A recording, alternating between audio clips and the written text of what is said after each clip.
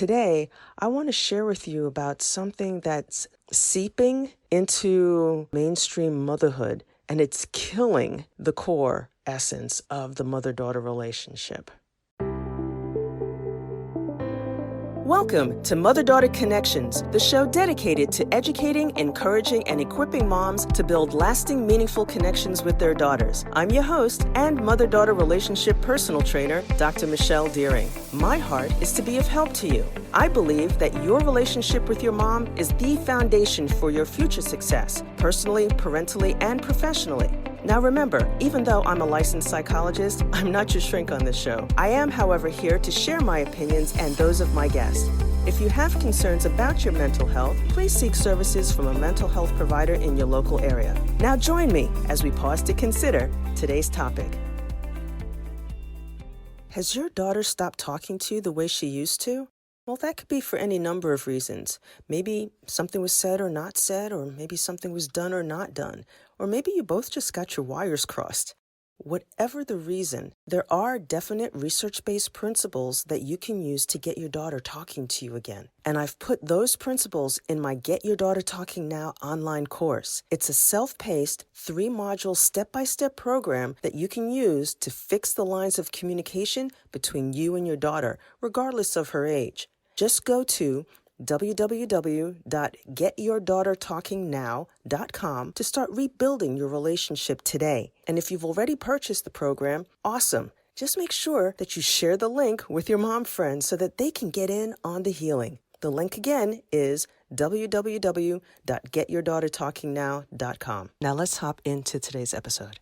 Well, hi there, and welcome to today's show. I am so excited to be here with you today. I'm always excited when new listeners find this podcast, and regardless of whether you're in the 31 different countries where this podcast is heard or a new country that I have not yet found out about, just know I'm really glad to be here with you. You know, in the United States, this is around the time of kids going back to school, and it's kind of made me just think a little bit about, how routines sometimes get a bad rap, especially if you're someone who likes things spiced up a bit. But for those of you who like routines, there are benefits to them. Things like things being predictable or dependable, steady, secure, or normal.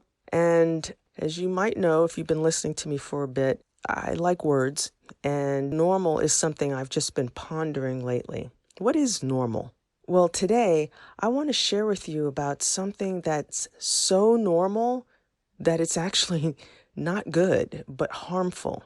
Specifically, I want to share with you about something I call the silent pandemic and what its symptoms are, the reasons why moms can be susceptible to it, and a remedy that exists for it. It's what I call the real silent pandemic that has been sweeping, more like seeping into the psyche of mainstream motherhood, and it's killing the core essence of the mother-daughter relationship.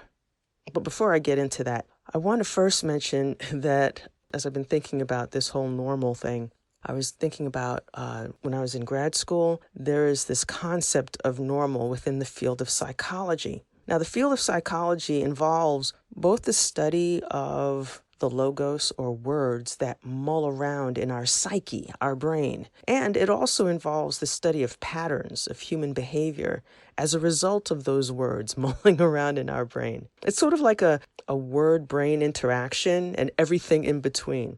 And I remember being in my second year of my doctoral program and taking an advanced abnormal psychology course. Yeah, abnormal psych. It's that kind of course that both psychology doctoral students take and medical students take. And it can sometimes end up being that course where a student spends so much time studying this abnormal stuff that they start self-diagnosing and thinking that they have every single disorder in the book. That's one of the pitfalls of taking an abnormal psych course. But suffice it to say, in the midst of taking that course, one day I asked my professor this question. I said to her, I know we're studying all these abnormalities, but what exactly is normal? And she looked at me, because I'm the kind of student who will ask those kind of questions. And she looked at me and she gave me this wry smile. And she thanked me for my question. And then she proceeded to go to the whiteboard in front of me and my cohorts and started drawing this line across the board. And then she began to pontificate on all the gradients of the various diagnoses that we'd been studying.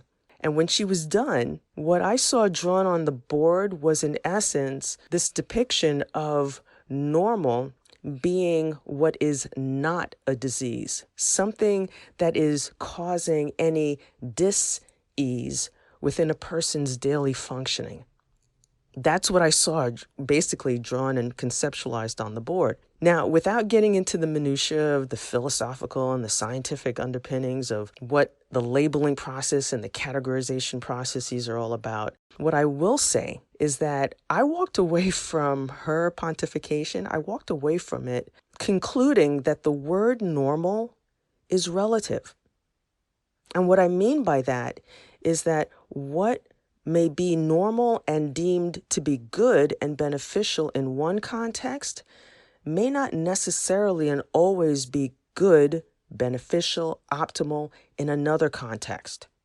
So with that said, I believe that there are things that may be labeled and or accepted as normal that, if you step back to pause and consider it in another broader context, it may not be such a positive thing. Quite the opposite. It may be doing more harm than good. Why am I talking about this?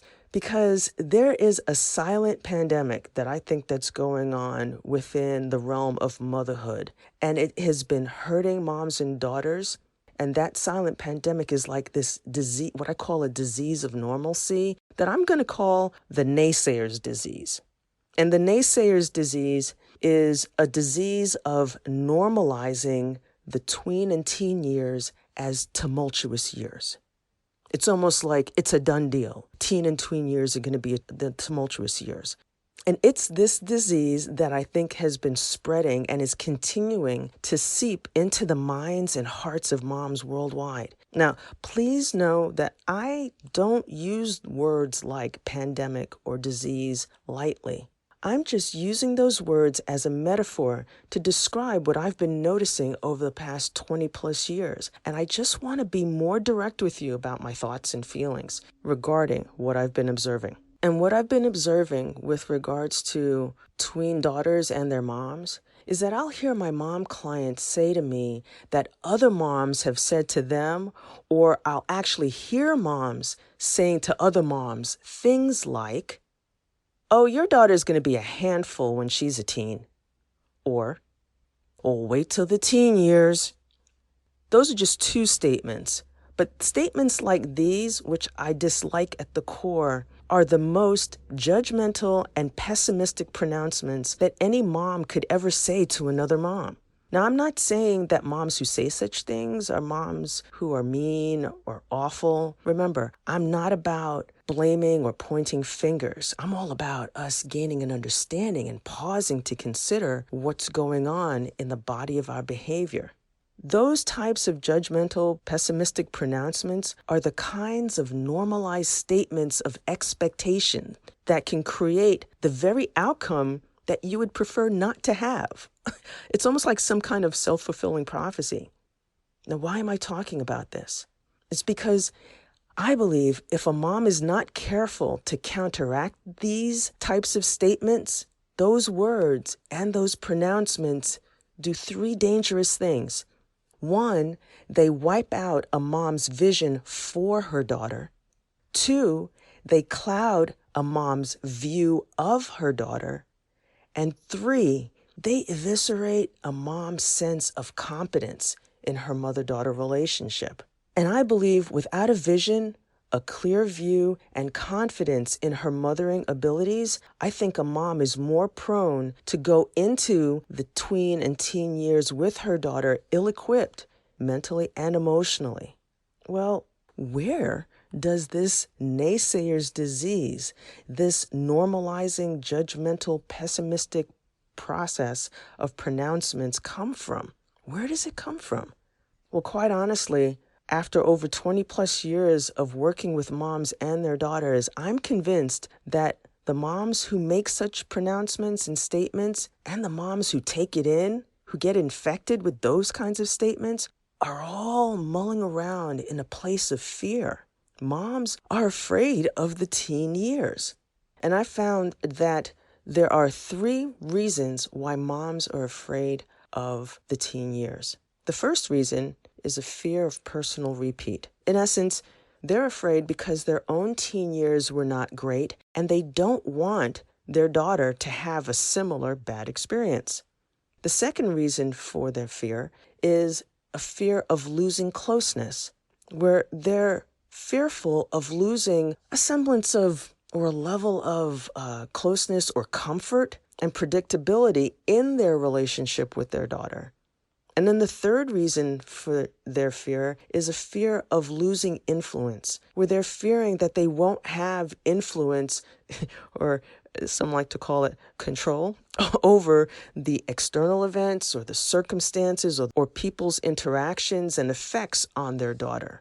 You know, we as moms, we're holders, we're protectors. We want to make sure that our daughters are safe. We don't want them adversely impacted.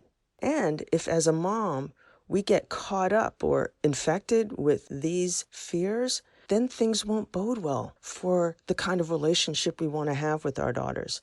You know, the tricky part is that you're not always aware of what your fears are. And that unawareness won't help you, because unawareness of fears actually leaves you prone to tears. It's like almost like they say ignorance is bliss, but what you don't know could hurt you and your relationship. So it's important to actually be aware of what your fears are. So what about the fear? Well, those fears about the tween years run rampant because of poor or non-existent emotional and mental boundaries. And when poor boundaries or no boundaries exist, they can leave you to become more susceptible or more vulnerable to contract the naysayer's disease.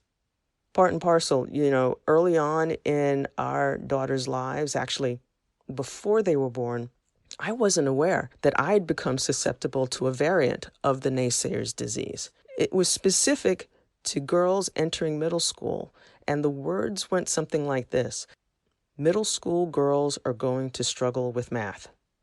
Now, being a former math teacher, I was just hyped up, super hyper-focused on my daughters doing well in math. But it was based on research that I had read back in the late 1990s, which found that when girls are in elementary school, they tend to excel in math more than boys. And then when they got into middle school, they started to underperform boys.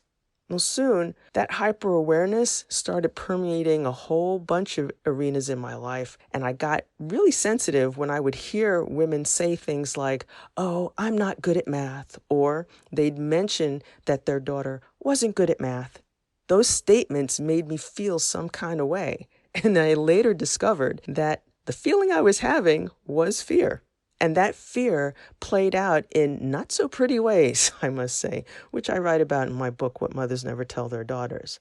But it was during that time that I developed the Life Mirror Remedy, which has helped not only me, but also all of the one-on-one mom clients I've worked with over the past 20 plus years in helping them uncover their fears and significantly reduce the negative impact those fears were having on their relationship with their daughters. You know, the thing about fear is that it serves a purpose. It actually can help protect us. It helps us dodge danger, but it can also keep us closed off from real, meaningful connection.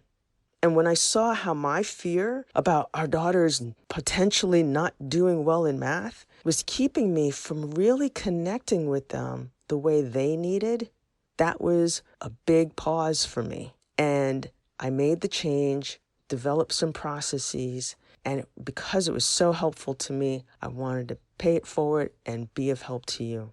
So, as a review, the thing I really wanted to share with you today is that there is a silent pandemic.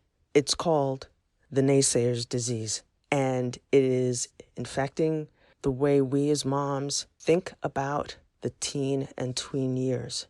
That normalizing of the teen and tween years being tumultuous is a lie. It doesn't have to be that way. There are other ways to go through those years such that you have the kind of foundation, growing depth of connection with your daughter that you desire to have that will last throughout every stage of your lives together. I am so honored to be on this motherhood journey with you. Make sure you share this episode with your mom friends. And remember, healthy mother-daughter relationships are possible. They just take one curative connection at a time. I'll see you next week. You've been listening to Mother-Daughter Connections with me, your host and mother-daughter relationship personal trainer, Dr. Michelle Deering. Thanks so much for joining me today. Make sure to subscribe so you don't miss an episode. Share this episode with a friend so they don't miss an episode. And download the resource in the show notes. Until next time, remember to pause to consider how you can connect intentionally so you can improve relationally with your daughter.